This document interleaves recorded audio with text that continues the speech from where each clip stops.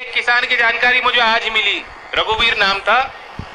कानूनगो और पटवारी उनसे अपने जमीन के नपवाई के लिए जब काम कराना चाहते थे, उनसे घूस उन्होंने 8-10 हजार रुपए अतिरिक्त मांगे। 17 डेसिमल जमीन, 1 डेसिमल में 40 वर्ग मीटर होते हैं लगभग, हिसाब लगाओ। 600-700 वर्ग मीटर जमीन के लिए जब उस रघुवीर को कहा तू जा मर अधिकारी ने, तो उसने आत्महत्या कर ली। ये तो हमारी असलियत है, ये हमारी मजबूरियां हैं। महंगी बिजली, महंगी लागत, इस सब के बाद आप पैदावार करते हो तब भी आपको वाजिब मूल्य नहीं मिलता। गेहूं आप कूदते रह जाओगे। ये जो पशु घूम रहे हैं आपके खेत को नुकसान कर रहे हैं आवारा, उनकी ठोस व्यवस्था बनाएंगे। और मैं मोदी बोल रहा हूं, ये मोदी के वचन है।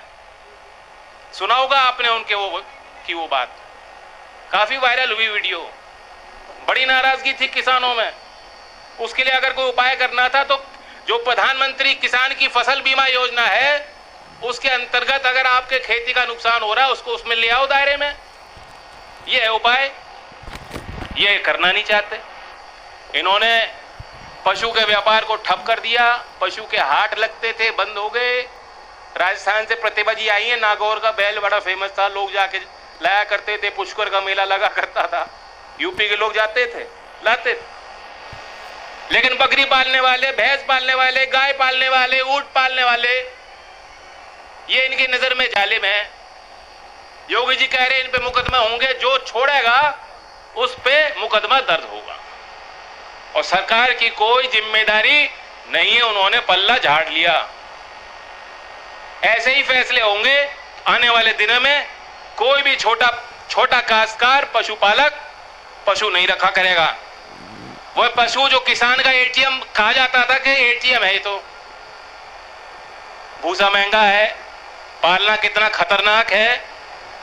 आप खेत से घर ले जाओगे तो ना जानो कौन आपसे चौथ वसूलने आ जाएंगे गुंडे।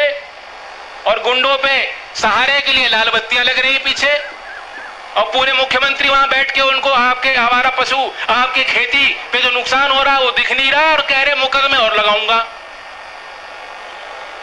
अभी मैं शामली के गांव से आ रहा हूं। 94 साल के किसान, जिनका एक परिवार छोटा सा उनका चबूतरा था, देख के आ रहा हूं। क्या हुआ, उनकी डेथ हो गई। वो सदमे में ऐसे आ गए कि उनकी डेथ हो गई। एक तरफ उनको परिवार संभाल रहा था और दूसरी तरफ उनके घर पे बुलडोजर चल रहा था। कोई जवाबदेही लेकिन नहीं है। इसकी जिम्मेदारी कोई लेगा नहीं। बता दिया जाएगा वो अवैध था। अब गांव में भी चलाओ बुलडोजर, गांव में भी वैध और अवैध ढूंढना शुरू करो। मोदी जी स्वामित्व योजना लाए थे, वो दिन दूर नहीं कि गांव में आपके अपने मकानों और घेरों में भी स्टैंप ड्यूटी अदा करनी पड़ेगी और पहले प्लान अप्रूव कराना पड़ेगा, उसके बाद एक ईंट लगा पाओगे आप लोग गांव में। इन बातों को कोई कहेगा नहीं, आपको कड़वी लग रही होंगी। ये हमारे मुद्दे हैं। हम पिछड़ते जा रहे हैं, कमजोर होते जा रहे हैं। वह किसान के बच्चे, गांव के बीच के लोग जो आज राजनीतिक सत्ता को हासिल करने के लिए उस ओर हैं, गंगा पार कह लो। वैसे हर नदी के बारे में कहा जाता है कि उस पार वाले भले हैं। ये कहा जाता है हर नदी के बारे में। इस पार का आदमी कहता जी उस पार वाले ज्यादा भले हैं हमसे। इधर वाले भले हैं। मैं अभी उधर से आ रहा हूं। कहने का तात्पर्य यह है कि आपको उनका सहयोग करना पड़ेगा, उनको आपका सहयोग करना पड़ेगा। हम अपने समाज की शक्तियों को भूल गए, इसलिए हमने पंचायत टेकी। ऐसे मौसम में अभी कोई राजनीतिक पार्टी कोई काम जमीन पे नहीं करना चाहती। जो लोग चुनाव जीत गए वो आनंद ले रहे हैं, जो लोग चुनाव हार गए वो इतने मायूस, टूटे हुए, उन्हें घर से नहीं निकला जा रहा। तो इसलिए ऐसे समय पे हम पंचायत क्यों कर रहे हैं? मजबूरी बनी है। आज अगर हम लोग नहीं बोलेंगे तो ना जाने कहां जाके रुकेंगे। मोदी जी का स्टाइल है ये। उनके कार्य करने का तरीका, वो समय समय पे सगुफे छोड़ के देखते हैं, प्रयोग करके देखते हैं कितना विरोध होता है, कहां तक मैं जा सकता हूं। दूसरी उनकी आदत है कि जो उनका जीवन भर जिसने उनका सहयोग किया है जब मौका मिलता है सबसे पहले बर्फ पे उन्हीं को लगाते हैं मोदी जी, सबसे पहले उन्हीं का इलाज करते हैं।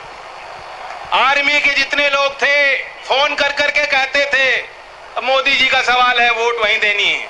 बताओ करते थे कि नहीं? क्योंकि भावना उनको लग रहा था ना जाने क्या होगा। आज क्या सम्मान मिल रहा है? मैं पूछना चाहता हूं जो एक्स सर्विसमैन बैठे हैं, जब आपने सर्विस फौज ज्वाइन करी थी ये सोच के तो नहीं करी थी कि हमें तनख्वाह कितनी मिलेगी, नहीं करी थी। ये आपको पता भी नहीं होगा। जब फौज के लिए आप गए, दौड़ लगाई, भर्ती हुई, आपको पता था कितनी तनख्वाह मिलेगी? नहीं, तनख्वाह के लिए नहीं गए थे। लेकिन अगर सम्मान ही नहीं दिया जाए, जो आपका हक है, अधिकार है, पूरी सर्विस अदा करके जोखिम उठाकर देश के लिए, इससे बड़ी कोई कुर्बानी नहीं हो सकती। और इस सब करने के बाद भी अगर आपकी कोई कदर ना हो तो इसलिए यह कह देना कि भाई ये तो अरे तनख्वाह का सवाल कुछ नहीं होता, अरे पेंशन क्यों मांगो, ये तो देश की सेवा है। कितने लोग देश की सेवा कर रहे हैं? कौन लोग कर रहे हैं? वही लोग कर रहे हैं जो खेती के किसान के परिवार के गांव के परिप्रेक्ष्य में जो पले बड़े हैं वही लोग कर रहे हैं। और हम तनख्वाह नहीं मांग रहे, पेंशन की बात हम कर रहे हैं कि आप पेंशन मिलनी चाहिए, लेकिन फिर भी लड़ेंगे, फिर भी जाएंगे, सेना में भर्ती होंगे। और जो लोग कह रहे हैं ये तो योजना अच्छी है कि 4 साल की भर्ती में देखो कितने लोग कूद के जा रहे हैं, लाइन लगा रहे हैं, उनकी भी तो मजबूरी समझो। कितनी बड़ी समस्या बेरोजगारी है। अभी जून के माह में CMI centre for monitoring Indian economy की रिपोर्ट आई है, भारत में बेरोजगारी का दर पिछले महीने 7.1 था, इस महीने बढ़ के 7.8% हो गया। और ये आंकड़े पूरी तस्वीर नहीं बताते, अलग अलग हैं इसमें दावे। अंतरराष्ट्रीय श्रम संगठन ILO, इंटरनेशनल लेबर ऑर्गेनाइजेशन ने कहा है कि देश में, भारत में 20 करोड़ 70 लाख लोग बेरोजगार हैं। 20 करोड़ का सवाल आ गया, 5, 6, 7% की कहानी नहीं है। कौशिक बसु हैं, वो वर्ल्ड बैंक के चीफ इकोनॉमिस्ट रह चुके हैं। वो कहते हैं कि हमारे देश के जितनी युवा आबादी है उसमें 24% बेरोजगार हैं।